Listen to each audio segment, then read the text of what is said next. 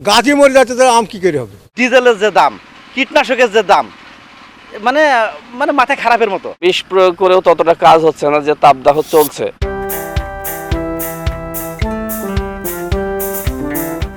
হিমসাগর, ল্যাংড়া, আম্রপালি, বোম্বাই সহ নানা জাতের আমের উৎপাদনে সুখ্যাতি রয়েছে মেহেরপুর জেলার। এই জেলার আম দেশের বিভিন্ন স্থানের পাশাপাশি বিদেশেও রপ্তানির মাধ্যমেও সুনাম কুড়িয়েছে বিগত সময়ে। প্রতি বছর গ্রীষ্মকালে নিজেদের ফল পরিচর্যায় ব্যস্ত থাকেন বাগানীরা, কিন্তু এবছর আমের মুকুল কম আসায় এই ব্যস্ততায় পড়েছে ভাটা। গেল বছরের তুলনায় এই বছরে 30 থেকে 40% গাছে আমের মুকুল আসেনি বলেই চিন্তিত তারা।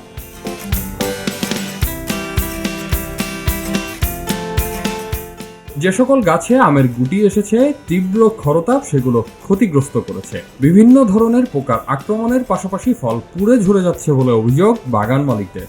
বারবার সেচ ও কীটনাশক প্রয়োগ করেও মিলছে না সমাধান। গাছই মরে যাচ্ছে, তাহলে আম কি করে হবে? গাছই তো আবহাওয়ার জন্য গাছই তো শুষ্ক হয়ে গেছে। গাছের পাতা ডাল আছে, পাতা নাই। গাছ আজ কীভাবে আম? আর গাছের যা পরিস্থিতি, এই যে গাছের উপর যে হালকা যে বৃষ্টি হলো, কয়েকদিন আগে বৃষ্টি হচ্ছে, গাছের যে বৃষ্টি পড়ছে, বৃষ্টি পড়ার পরে গাছের পাতা সব কালো হয়ে গেছে, আম অটোমেটিক ধরে যাচ্ছে। বছর অবস্থাটা ভয়ানক খারাপ। বর্তমান মেহেরপুর জেলায় 4 ভাগের 1 ভাগ আম হয়েছে, তবু সেই আমটা বাগানে টিকে থাকা খুবই কষ্টকর। 40-42 ডিগ্রি সেলসিয়াস উপরে তাপমাত্রা, যার কারণে বাগানে আম থাকছে না, আম ঝরে যাচ্ছে। তো প্রত্যেক বাগানে 4-5 বার করে সেচের ব্যবস্থা করছি, তবু আম টিকাতে পারছি না। প্রতিদিন প্রায় 42 থেকে 43 ডিগ্রি সেলসিয়াস তাপমাত্রা। এই তাপমাত্রাতে গাছের আম ঝরে যাচ্ছে। এই জন্য আমাদের সপ্তাহে প্রায় 2টা করে জমিতে সেচ দেওয়া লাগছে। আবার এই আবহাওয়ার কারণে পোকার উপদ্রব বেশি, এই জন্য 7 থেকে 8 দিন পর পর গাছে বিষ স্প্রে করা লাগছে। এই জন্য হপারের উপদ্রবটা খুব একটা বেশি, এই জন্য ব্যবসায়ীরা খুব লোকসানেও গেছে। আবার যে আবহাওয়া, এই আবহাওয়া যদি 1 সপ্তাহের ভিতরে না কমে, ব্যবসায়ী প্রায় 40% ক্ষতি হয়ে যাবে। ঝরাটা এটা রক্ষা করা যাচ্ছে না। তো এই ক্ষেত্রে বিষ প্রয়োগ করেও ততটা কাজ হচ্ছে না, যে তাপদাহ চলছে। এই তাপদাহ যদি এভাবে চলতে থাকে, বিশেষ করে যারা বাগান চাষি কিংবা ব্যবসায়িক রয়েছি, তাদের জন্য সামনের দিনটা ক্ষতিগ্রস্তর মধ্যেই আমরা পড়ে যাচ্ছি। শুধুমাত্র আম নয়, লিচু বাগানেরও একই অবস্থা। খরতাপ থেকে বাঁচাতে বাগানের সেচের পাশাপাশি গাছে পানি স্প্রে করেও বাঁচানো যাচ্ছে না লিচুর গুটি। অধিকাংশ লিচু ঝরে গিয়ে পড়ে রয়েছে শুধু ছড়া। এমন অবস্থায় বড় লোকসানে পড়বেন বলে আশঙ্কা বাগান মালিকদের।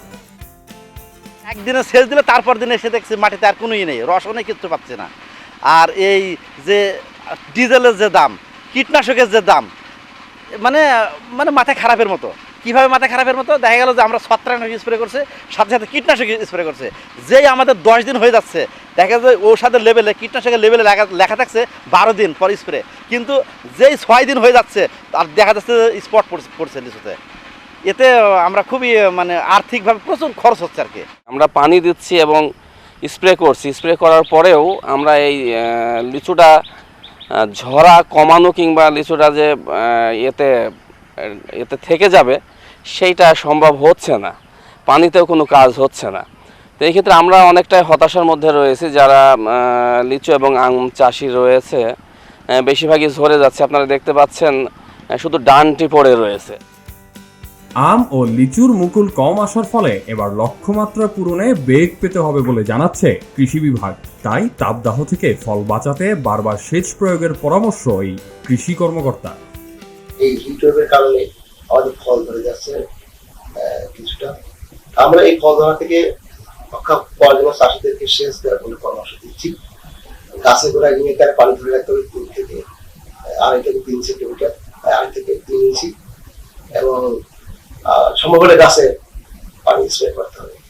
এই 2টা কাজ যদি চাষিরা সঠিকভাবে করে, তাহলে আমরা এই হিটওয়েভ থেকে ফলকে রক্ষা করতে পারবো। এবং অতীতে যেভাবে মেহেরপুরের ফল সারা দেশে প্রতিনিধিত্ব করতো, সেটা আমরা বজায় রাখতে পারবো বলে মনে করি। ফল গাছই মুকুল কম আসছে, সেক্ষেত্রে ওভারঅল গত বছর আমাদের উৎপাদন কম হবে, এটাই স্বাভাবিক। তারপরে হিটওয়েভ যাচ্ছে, এবং এইটা কতটা কম হবে সেটা এখনই বলা যায়। তবে 30%, গত বছর 30% কম হবে, এটা ধরে। মেহেরপুর জেলায় এবছরে 2340 হেক্টর জমিতে আম ও 715 হেক্টর জমিতে লিচুর আবাদ হয়েছে।